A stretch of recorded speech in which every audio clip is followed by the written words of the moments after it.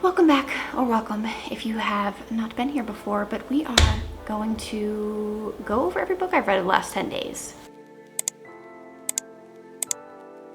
I fell into a reading slump at the end of August and just had a bad, depressed, really first whole half of September, end of August. Just personal things, nothing really life-shattering or anything like that. But I have not read.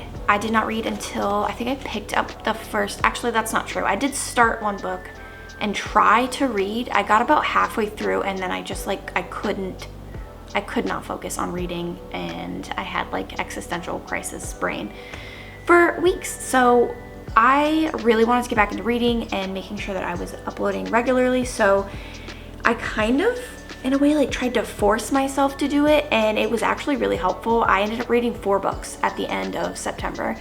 There still are a few days left, but the rest of the books I'm gonna read are actually gonna be for October videos because I'm trying to get ahead in film so that I can post regularly and actually more often in October. That's kind of my plan. So the first book that I picked up to try and force myself out of this horrible reading slump was one that was actually highly recommended by Haley Pham. She gave it 5 stars, so that's kind of where I wanted to start. I wanted to start with something that I knew another booktuber that had recommended books that I ended up loving, which was The Nightingale by Krista Hanna. She recommended it. It was a 6-star for me, so hopefully this one was, and you're gonna find out because I did record a little bit while I was filming, or while I was reading, but the first one was Wild Dark Shore.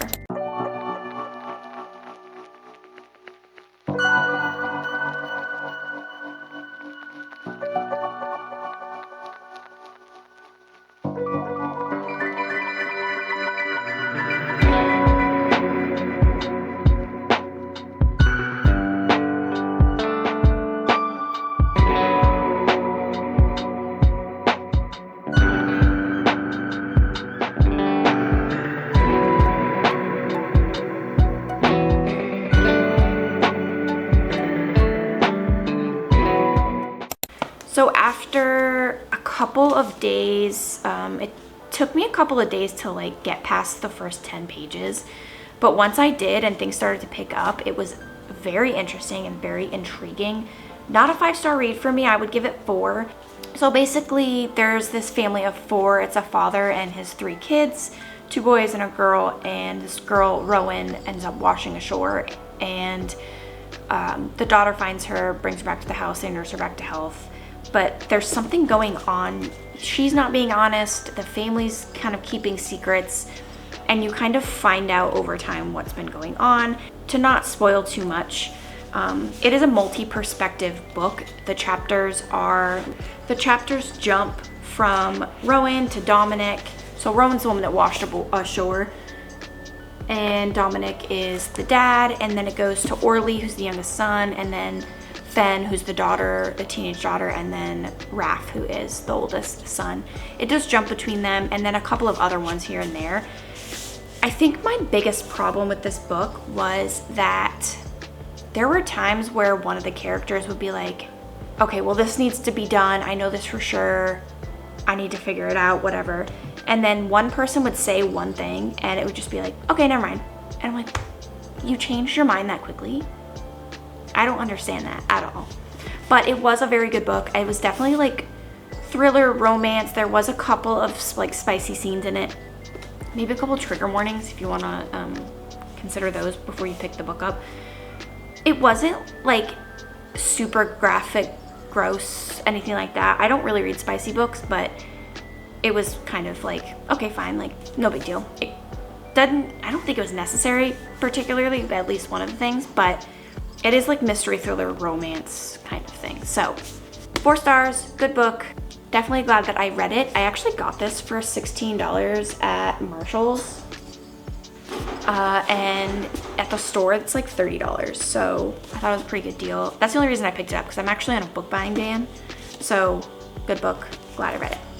The next one was the book that I actually started in, I want to say the first week of September, and I kept reading it off and on throughout a couple of weeks, but I couldn't wrap my brain around it. I think part of it was the book itself.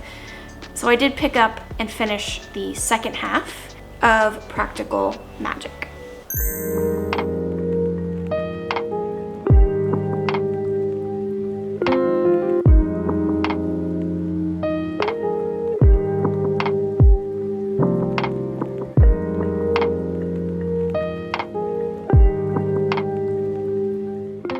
All right, I might get a little flack for this because this is such a beloved book. Loved the movie, so glad they're making another one. Did not care for the book. It was basically a narrator the entire time telling you what's going on. Like, these 2 pages have 0 dialogue. There's no dialogue. It's all like jumps perspective between Sally and Jillian, and then the daughters, Antonia and Kylie.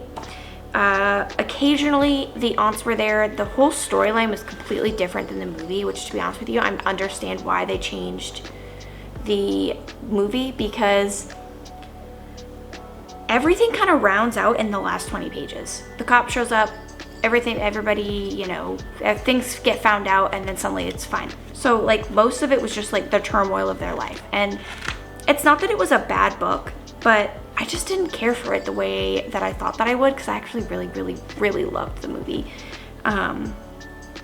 But if you're someone who doesn't care that much for dialogue and prefers like a narrator's perspective, then it would definitely be a good recommendation for you to read. I'm gonna give it 3.25 stars. That feels low for a movie I loved so much, but it kind of is what it is. Not a huge book, was pretty easy to get through. Some of the characters were new compared to the movie. I guess the movie would have had taken characters out technically, but yeah, I'm glad I read it. I don't think I'm gonna read the other ones because I think it's just I don't know, I just think it's the prose of the author, and I prefer dialogue. It's like being on the fly on the wall in a conversation, but glad I read it.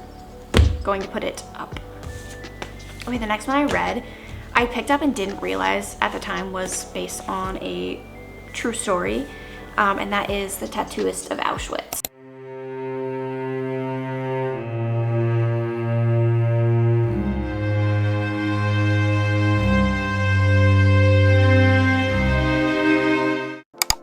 I got through this book in one night, and the next morning I quite literally could not put it down. There were a couple of times where I was like, all right, well, let's get moving on, something's gonna happen. But overall it was very sad, and to know it was a true story was the hardest part of it all. Now they do dedicate, the author does thank the main character. It says, "Thank you for trusting me to tell your and Gita's story." So I did go into the book knowing that he survives at least, but I have read 2 other books this year that were World War II, and they were very different perspectives. To have a perspective of somebody who was in Auschwitz, who did the things that he did, saw the things that he saw, it was such a different perspective. I'm getting chills talking about it, I'm not gonna lie, getting chills.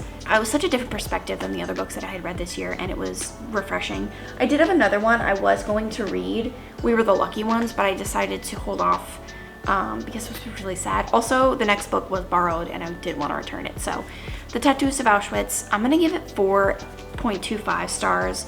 It feels wrong rating a true story, it really does. But I think it was just the writing. I liked her writing and I couldn't put it down, but I definitely go, oh, I'm glad I read that book, and kind of put it up. I think there were things that were like, you couldn't quite tell how long they had been there until at a point where she goes, oh, he realized that he had been there for this long. I wish that it would have been a little more clear how long they had been there, what the weather conditions were like, because it was mentioned a few times, but kind of in passing. Anyway, I would definitely recommend this. She does have another book that follows a different character that did survive. Part of it is fake and part of it is true. I don't have the book, but it follows Klika, I think that's how you say her name, who was basically used as a sex slave in Auschwitz to one of the commands. She was punished as, after the concentration camp was liberated, she was kind of punished as a sympathizer because she was the only one who didn't have her head shaved. They thought she was too beautiful and they used her for things that I will not describe. But a couple trigger warnings in here again, but honestly so good. Not a big book either, so if you want a shorter book that is definitely like a little bit gut-wrenching and interesting, then I would definitely recommend The Tattooist of Auschwitz. All right, the last book I read did take me a few days to finish. It was a little bit thicker. Anyway, this was borrowed. It was not on my TBR technically, but it was a book that my sister read and thought that I would really like. So she let me borrow With a Vengeance by Riley Sager.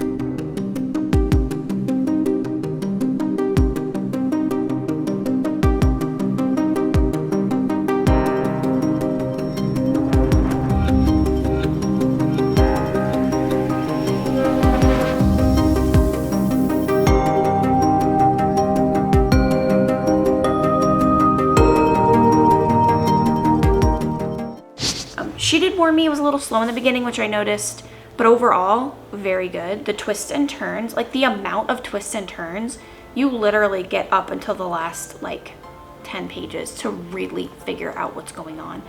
And it's really interesting. So basically, it is this girl who sets off 1942, 6 people destroyed Anna Matheson's family. 12 years later, she's ready for retribution. Under false pretenses, Anna has lured those responsible for her family's downfall onto a luxury train from Philadelphia to Chicago on an overnight journey of 13 hours. Her goal, confront the people who wronged her, get them to confess to their crimes, and deliver them into the hands of authorities waiting at the end of the line. Justice will at last be served. Though her plan does not go to plan, and deaths happen and mystery happens, and then someone shows up and they don't know how he got there, and it's really, really interesting. There was one thing that I guessed right, but there was like the actual like full ending of it I did not guess right. I was kind of close on a couple things, but not, I was like, yeah, okay, I could have seen where I would have missed that. But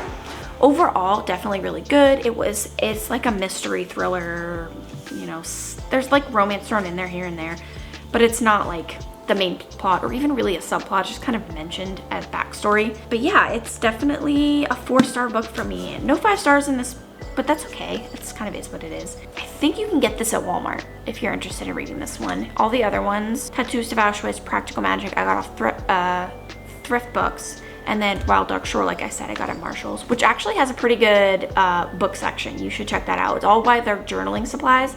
They even had signed copies of Bury Our Bones in the Midnight Soil by V.E. I can't remember the last name of that author, but I really was gonna get it. That was not stickered. It was full price, so I did not get it. If it was one that, like an author that I knew that I really loved, like Megan Shepherd, which actually, she signed one of the books that I thrifted, which is pretty cool. I didn't know that until I went to read it. Or, you know, if it was like, I'm trying to think of who else. Nora Roberts. I know that people think she's like a cheesy, grown-up book romance kind of person, but she's a very good writer. There's a reason that she has as many books as she has. She is a very good writer. I have a few books by her, and I have another book challenge that I'm going to be doing probably within the next month. All of them, I would say, depending on what you like to read, I would definitely recommend that you read pretty much all of these. Yeah, so I'm really feeling like fully back into my like content creation and everything. Yeah, anyway, I feel really excited to get into my fall reading videos. I have an entire month of October planned out.